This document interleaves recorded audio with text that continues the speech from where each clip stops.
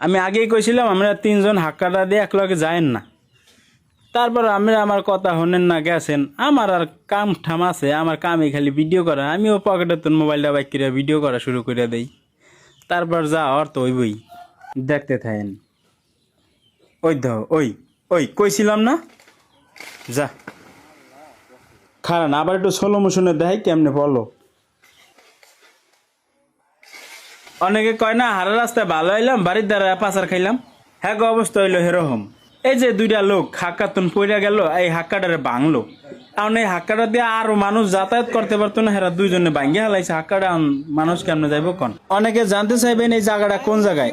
এটা হইলো মুলাদি বরিশাল সবিপুর ইউনিয়ন চরপদ্দা গ্রামে। এই হাক্কাটা হইলো গা মহসিন শিকদারের হাক্কা। এই হাক্কাটা আরো 4-5 বছর আগে মহসিন শিকদার এই যে দেখেন কি মোটা মোটা গাছ দিয়ে মজবুত ভাবে বানাইছে। 4-5 বছর হয়ে গেছে, আজকে এই দুজনে আয়া হাক্কাটা ভাঙ্গি হালাইলো।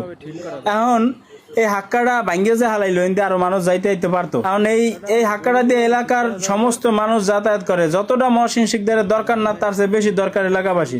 কারণ এই হাক্কাটা দেওয়ার জন্য এলাকাবাসী একটু খরচ করবো না, কারো কোনো মাথা ব্যথা নাই হাক্কাটা লয়া। এই যে দুইটা মানুষ হাতড়া পাতড়া ওপার গেল, মোবাইল টোবাইল ভিজায়, মিষ্টি মুষ্টি আরো আবি যাবে অনেক কিছু আনছে, সবকিছু ভিজলো। এত বড় খালে কি হাক্কা মানায়? এই জায়গায় হইলো ব্রিজ মানায়। এই ব্রিজ পাশ হয়েছিল, ব্রিজ কই? ব্রিজ খাইয়া হালাইছে। ব্রিজ মানুষের পেটে, এপার ওপার কত বড় রাস্তা, অথচ ব্রিজ নাই।